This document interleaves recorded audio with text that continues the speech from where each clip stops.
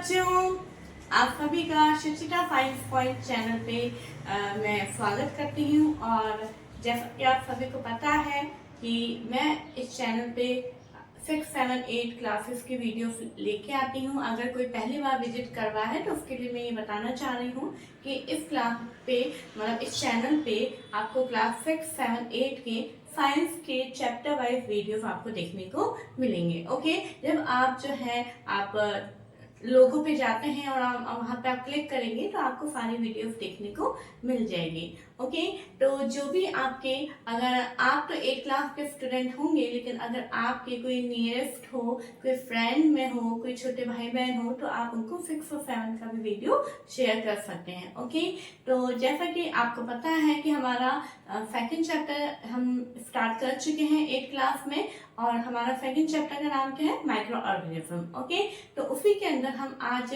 थोड़ा सा देखेंगे। हमने देखा था लास्ट वीडियो में माइक्रो ऑर्गेनिजम्स क्या होते हैं, वे कहाँ रहते हैं, इस तरह से हमने समझा। टॉपिक को थोड़ा थोड़ा हमने समझने की कोशिश किया था। और आज हम देखेंगे कि माइक्रो ऑर्गेनिज्म जो है बच्चों कितने टाइप्स के हैं।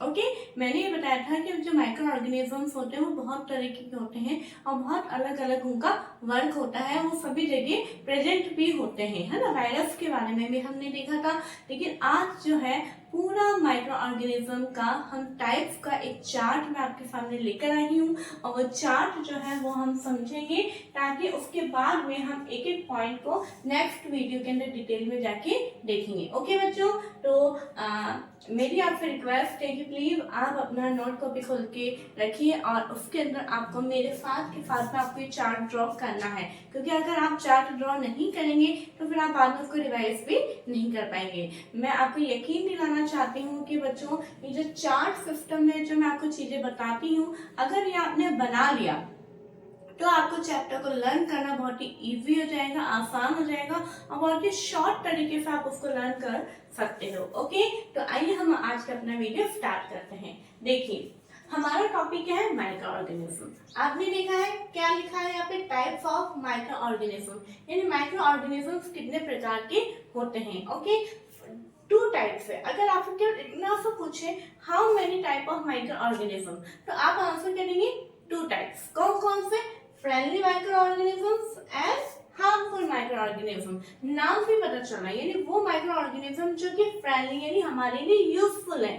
ओके, और वो माइक्रो ऑर्गेनिजम्स जो कि हमारे लिए हार्मफुल है, यानी हमारे लिए नुकसानदायक है। इस तरीके के 2 माइक्रो ऑर्गेनिजम्स इस पूरे ब्रह्मांड के अंदर पाए जाते हैं। कौन कौन से? एक तो यूजफुल और एक हार्मफुल, दोनों तरीके के माइक्रो ऑर्गेनिजम्स पाए जाते हैं। अब ये जो माइक्रो ऑर्गेनिजम्स हैं वो इस, जैसे कि मैंने बताया, पूरे अर्थ के ऊपर पाए जाते हैं। तो अर्थ के अंदर जितने भी लिविंग बींग्स हैं, चाहे वो ह्यूमन हो, चाहे वो एनिमल्स हो, चाहे प्लांट हो, चाहे कोई भी हो, चाहे अदर माइक्रो ऑर्गेनिजम्स हो, एक माइक्रो ऑर्गेनिज्म दूसरी माइक्रो ऑर्गेनिज्म को भी इफेक्ट डालता है। तो वो कैसे इफेक्ट डालेगा, कौन से माइक्रो ऑर्गेनिज्म हमारे लिए अच्छे हैं, है ना, वो हमारे लिए क्या हेल्प करते हैं कि हम उन्हें फ्रेंडली माइक्रो ऑर्गेनिज्म कह रहे हैं, और वो हमारे लिए क्या नुकसान हमें देते हैं, क्या हमारी हानि करते हैं जो हम उन्हें हार्मफुल माइक्रो ऑर्गेनिज्म कह रहे हैं। तो इस तरीके से दोनों चीजों को हमें देखना है। फ्रेंडली माइक्रो ऑर्गेनिज्म जो है किन किन चीजों में हमारी मदद करता है, वो यहाँ पे मैंने आपके लिखे हैं। जैसे आपके चैप्टर के अंदर हम देखते हैं, ये थ्योरी में दिया हुआ होता है ना। चैप्टर में आपके एक एक पॉइंट लिखा, उसका डिस्क्रिप्शन, फिर एक पॉइंट लिखा, फिर उसका डिस्क्रिप्शन। तो एक एक पॉइंट कभी कभार हमें याद नहीं होता है, लेकिन जब आप ये चार्ट बनाएंगे, ठीक है, ये चार्ट जब आप बनाएंगे तो चार्ट आपको केवल, मान लो इतना सा क्वेश्चन आ गया कि फ्रेंडली माइक्रो ऑर्गेनिजम्स किन किन चीजों में हेल्प करते हैं।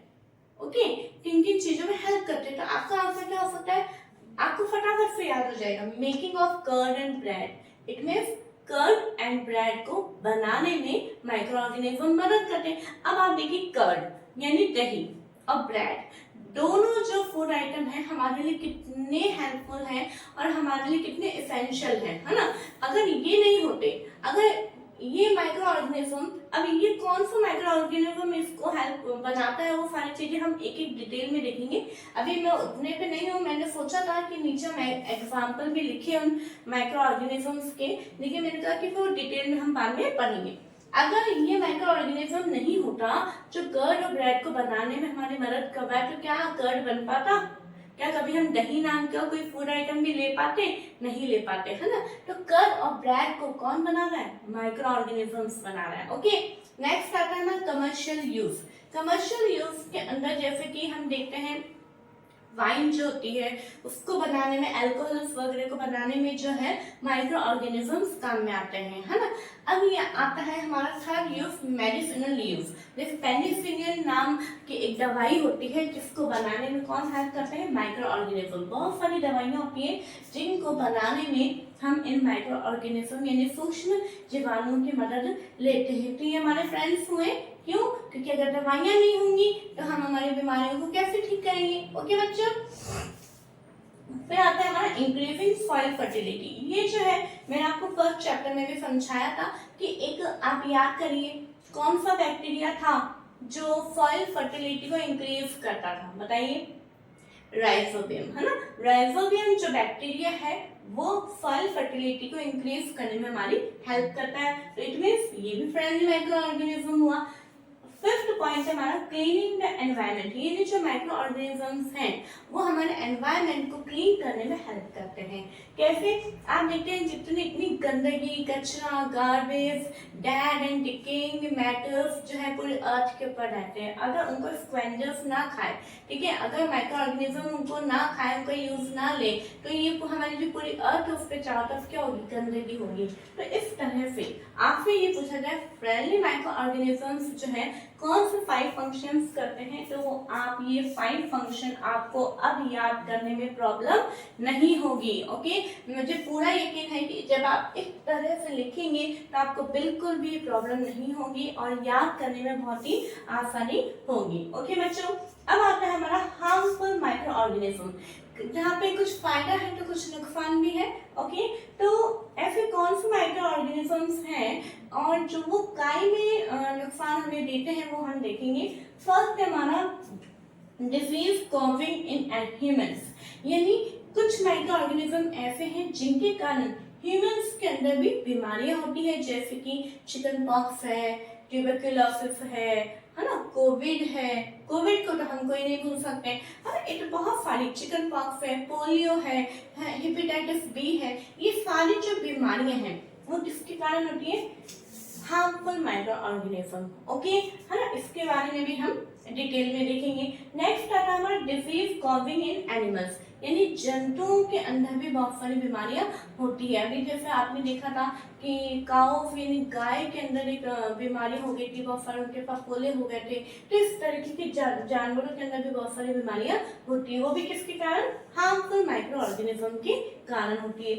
ऐसे ही प्लांट के अंदर भी होती है। प्लांट के अंदर जैसे अपन देखते हैं नींबू वगैरह में होता है रस्ट ऑफ व्हीट, है ना, गेहूं के अंदर रोग लग जाता है, भिंडी के अंदर लग जाता है, मोज़ेक डिसीज जिसको बोलते हैं, ठीक है। और फिर हमारा लास्ट आता है फूड पॉइजनिंग, ठीक है। क्या है हमारा? Food poisoning. फूड पॉइजनिंग का नाम आप जानते ही हैं, कुछ भी अगर हमारे खाने में गलत आ जाता है तो उसकी वजह से हमारा पेट खराब हो जाता है, और अगर इसको टाइम पे इसका ट्रीटमेंट नहीं किया गया तो वह अंत में डेथ भी हो जाती है। तो आई होप बच्चों आपको ये चार्ट समझ में आया होगा। ये चार्ट समझ में आया है आपको, और अगर आपको अच्छा लगा है ये मेथड, ये मेरा पढ़ाने का तरीका अगर आपको अच्छा लगता है तो प्लीज़ आप एक बार कमेंट बॉक्स में आप जरूर से लिखिए कि हाँ ये तरीका आपको अच्छा लग रहा है ना, ताकि मैं और इनोवेटिव आइडियाज आपके सामने लेकर आऊँ। क्योंकि थ्योरी याद करने में बच्चों को बहुत बोरियत लगती है, मैं जानती हूँ, ठीक है।